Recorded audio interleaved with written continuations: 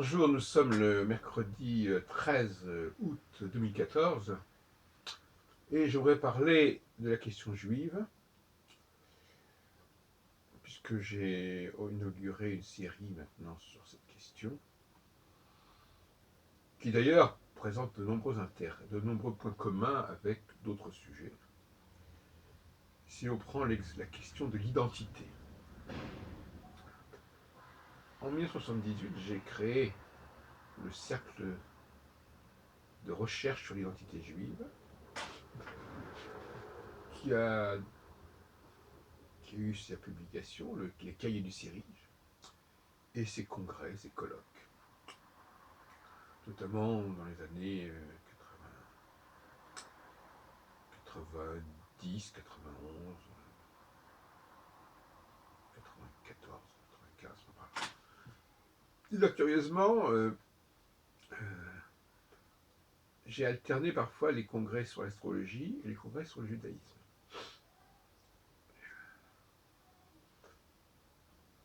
Et il y a eu un congrès en 2000 d'ailleurs, en mai 2000, qui avait combiné les deux, qui était un congrès sur la dualité où on avait parlé à la fois du judaïsme et de l'astrologie et des femmes. On trouvera des échos de ces activités dans les cahiers du Cyrige qu'on trouve à la bibliothèque de l'Alliance israélite universelle et au dépôt légal de la Bibliothèque nationale de France. La question de l'identité est une question fondamentale, aussi bien d'ailleurs pour les juifs que pour les astrologues, que pour les femmes, etc., etc. L'identité, c'est juste la question qui se pose concernant l'identité, et là j'en ai parlé dans une précédente vidéo, c'est de se demander à quoi tient véritablement un domaine, une discipline, une religion, une culture. Quel est son axe fondamental? Ça se pose d'ailleurs aussi concernant l'identité française. Concernant l'identité française, j'ai dit que l'essentiel de cette identité au XXIe siècle, ce sont les mots de la langue française. Ce n'est même pas le territoire de la France, c'est la question de l'empire linguistique de la France, non seulement parce qu'il y a des gens qui parlent le français, c'est pour de la francophonie, mais parce que la langue française est entrée au sein de nombreuses langues. Et d'ailleurs, je voudrais que dans le champ de la francophonie, on introduisit cette question des mots français passés dans d'autres langues. Ce que j'appelle le domaine de la francologie. Concernant la question juive, puisque tel est le sujet de ce matin, je dirais déjà ce que ça n'est pas. Il y a une bonne façon de procéder. Et d'ailleurs, ce sujet, je dirais que souvent, le problème n'est pas dans le manque, mais dans l'excédent de bagage. C'est souvent ce que nous avons en trop qui fait problème, et non pas tout à fait, pas spécialement ce qui nous manque. Encore que ce qui nous manque aussi fasse problème pour d'autres raisons. D'ailleurs, il y a une dialectique entre le manque provoque souvent un excédent par ailleurs, une compensation par ailleurs.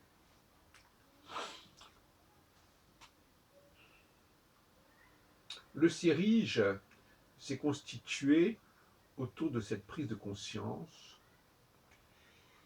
donc je disais à la fin des années 70, que l'identité juive ne se réduisait pas à un acte synagogal ou à un acte sioniste par rapport à la Palestine, par rapport à Israël. Que ça, c'était des manifestations, disons, ponctuelles, mais qui n'avaient pas une valeur absolue pour le judaïsme.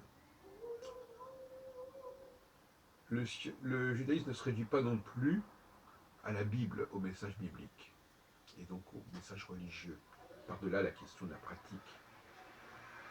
Bien que, effectivement, on ne puisse pas contester l'apport du judaïsme à la religion chrétienne, voire même à la religion musulmane.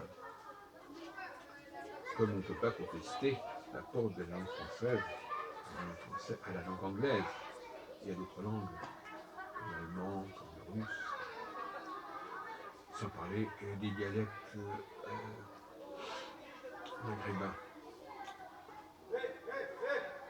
dans les deux cas outre-mer, comme pour l'Angleterre. J'ai publié un ouvrage sur Herzl en 2002, aux éditions Ramkat de Robert Eben Asra. Donc je connais assez bien la genèse du sionisme, les tentatives successives de trouver un lieu pour les juifs. Et justement, je pense que ce point est essentiel. Je sais que ce que je vais dire va probablement choquer certaines personnes, ou du moins on va dire que je fais le lit des adversaires du judaïsme. Je pense que c'est pas si simple que cela. Et là, je pense de toute façon que le regard de l'autre est important. Et que ce que nous dit l'autre est important. Et c'est vrai aussi pour l'astrologie. Les critiques que l'on porte contre un domaine quel qu'il soit sont importantes, sont riches d'enseignements. Il faut en tenir compte. Car souvent, ces critiques ou ces propositions sont assez justes et méritent réflexion, méritent une méditation. Donc, le fait que l'on ait voulu envoyer les Juifs ailleurs, les renvoyer ou les envoyer, peu importe, c'est-à-dire les deux à la fois, puisqu'il s'est agi à la fois de les renvoyer à leur patrie légendaire, historico-légendaire de la Palestine, mais aussi de les envoyer un peu n'importe où, de les envoyer en Roumanie, de les envoyer en Algérie, de les envoyer en Ouganda, de les envoyer en Argentine, de les envoyer à Madagascar, etc. etc. C'est une espèce de processus qu'on appelle l'expulsion. Alors l'expulsion, ça renvoie aussi à l'expulsion des Juifs d'Espagne à la fin du XVe siècle. Eh bien, moi j'essaye de voir dans cette notion d'expulsion quelque chose de positif.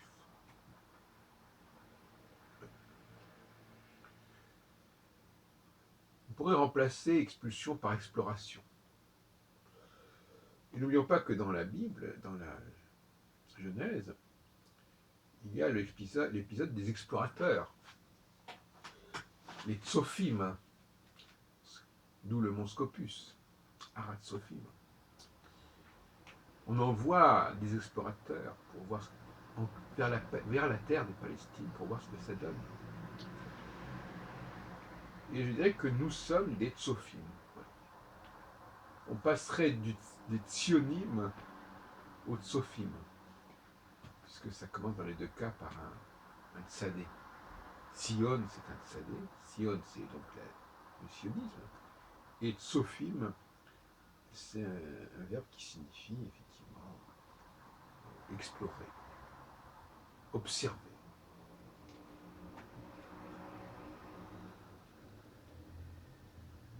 Donc on pourrait parler d'un mouvement sophiste, en opposition à un mouvement sioniste.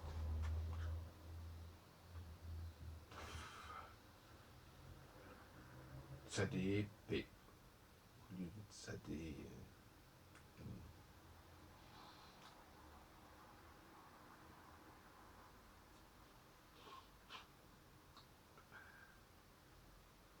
Les Juifs seraient des explorateurs, seraient des têtes de pont envoyées par le monde occidental à la découverte du monde extérieur à l'Occident, à l'extérieur à l'Europe. Ce seraient des ambassadeurs de l'Europe. Qu'ils ont été, par exemple, lors de l'expédition d'Espagne, ils ont été en Turquie, par exemple. Et, ils aussi aux Amériques. Et ils ont été aussi en Afrique. Et donc, ils ont été en Asie mineure, à un moment donné, par rapport à l'Égypte, par rapport à la Palestine, au Sinaï.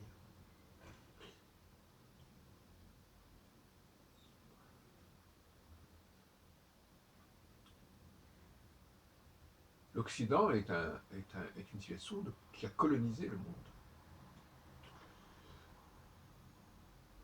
Et donc les Juifs sont des colons. Fondamentalement, ils ont dans leur ADN quelque chose de l'ordre du colon. C'est une expression d'ailleurs qui est utilisée pour désigner les Juifs qui habitent en dehors des frontières d'Israël, en Palestine, on parle des colons. Les Français savent ce que c'est que le mot colonie.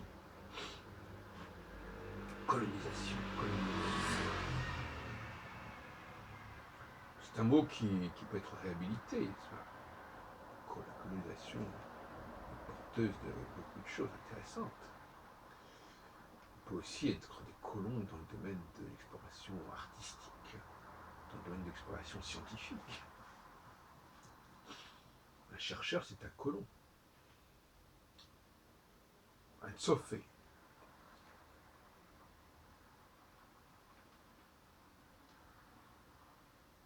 D'ailleurs, la racine, je crois, qui va aussi vers Tsipia. Tsipia, c'est l'espérance, c'est l'attente.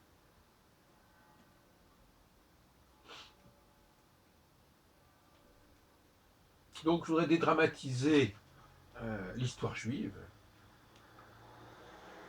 surtout quand on dit à quel point il était inévitable que les Juifs aient été envoyés ailleurs.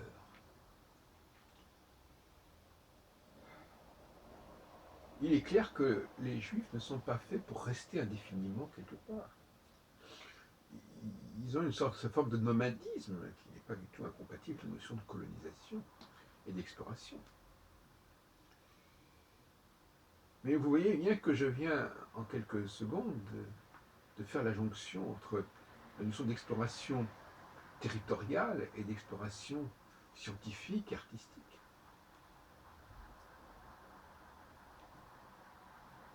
Explorer, dans explorer, il y a une notion de ex, donc de sortir. Mais c'est aussi la notion d'examen, d'aller voir, de faire un rapport. Ce sont des têtes chercheuses, on pourrait dire. Donc il faudrait dédramatiser, dire que les Juifs sont l'expression, sont l'émanation de l'Occident européen, et qu'ils ont ainsi balisé le monde, exploré le monde intérieur, je pense à Freud, je pense aux recherches historiques, aux recherches artistiques, scientifiques, toutes sortes. Ce que j'ai appelé à une certaine époque la mission de la conscience. Car pour moi, la conscience, c'est l'observation des choses. Et la science, c'est des propos sur le monde qui sont souvent assez artificiels, qui sont plaqués sur le monde, et qui sont absolument, il est absolument nécessaire, d'ailleurs on dit, science sans conscience n'est que ruine de l'âme. Il faut observer. La conscience pour moi, c'est l'observation du monde. C'est regarder le monde, ce qui s'y passe. Et donc aller voir le monde, aller observer. L'observateur, c'est quelqu'un qui est aux avant-postes, qui est à l'avant-garde.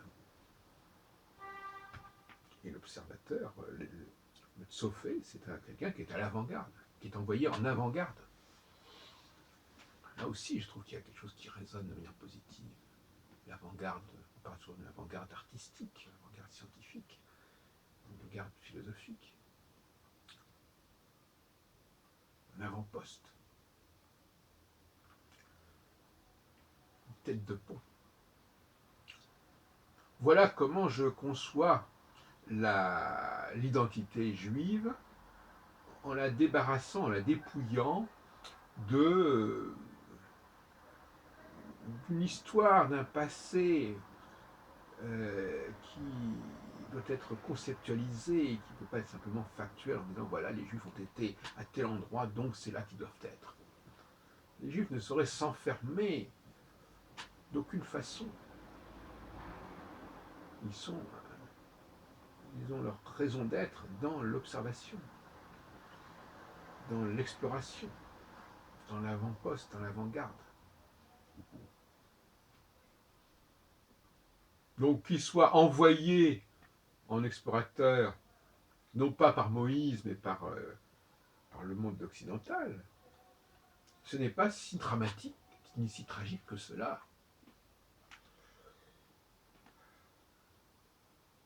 C'est vrai quand j'ai écrit d'ailleurs qu'on a voulu se débarrasser des Juifs en les envoyant dans les dépouilles de l'Empire ottoman, en Roumanie, en Palestine, en Algérie avec la loi Crémieux, qui a facilité l'arrivée des Juifs dans cette région, à partir de 1860.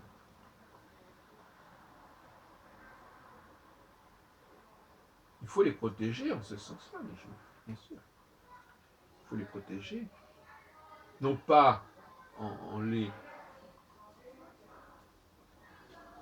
cantonnant je ne sais où, mais au contraire en soutenant leur action, leur exploration, leur tsofiout, si on peut dire, leur dimension d'observateur, pour parler hébreu,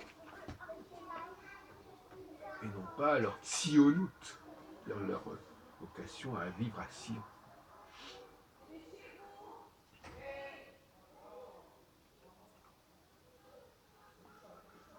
Voilà donc un nouvel objectif que je propose pour le judaïsme, la tsofiout, la capacité, la vocation, la mission exploratoire. Peut-être même vers la Lune, peut-être même vers Mars. Ils sont bâtis, l'histoire les a bâtis pour aller explorer le monde. Donc quand on leur rappelle qu'ils doivent renoncer à une certaine sédentarité, pas seulement géographique, mais mentale, quand on essaie de les secouer pour qu'ils continuent leur mission exploratoire, eh bien, on a raison de le faire. Je l'ai dit, est-ce que la Shoah s'explique par rapport à cette problématique de la tzionout et de la tsofiout, qui se sont en quelque sorte entrechoqués? C'est pas impossible. Il ne faut pas oublier que la Shoah fait suite à la déclaration de la Société des Nations que les Juifs peuvent se réfugier dans leur patrie ancestrale. Et là, il y a une contradiction. Bon, cela dit, on peut aussi dire que, après tout, pourquoi pas, pourquoi la Palestine ne serait-elle pas à nouveau une terre de mission au sein du monde arabe? Ce n'est pas contradictoire. Mais ce n'est pas non plus contradictoire qu'il y ait eu à cette même époque, à la fin du XIXe siècle, un projet de colonisation, ça s'appelait comme ça, colonisation, au niveau de l'Argentine, par le baron Hirsch, et ma famille maternelle a été partie prenante dans ce projet au début du XXe siècle. Ma mère est née en Argentine, d'ailleurs, à cause de cela, même s'ils sont ensuite revenus en France. Et l'Argentine, ça a été la grande option que même Herzl a signalé en alternative ou en alternance avec la Palestine.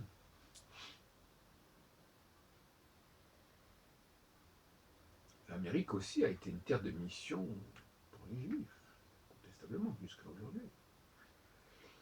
L'Amérique est encore le lieu où il y a le plus de population juive dans le monde, à part Israël et la France et l'Europe.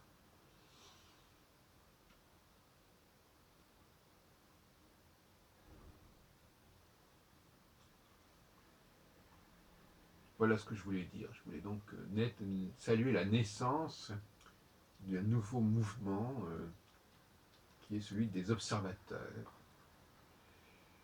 de ceux qui sont envoyés en mission d'exploration. Explorateurs qu'on a souvent qualifiés d'ailleurs d'espions. D'espions. Spy, il vient du français épier. Oui, l'explorateur, il vient épier, il vient regarder le monde. Il vient analyser. Il est à l'avant-poste.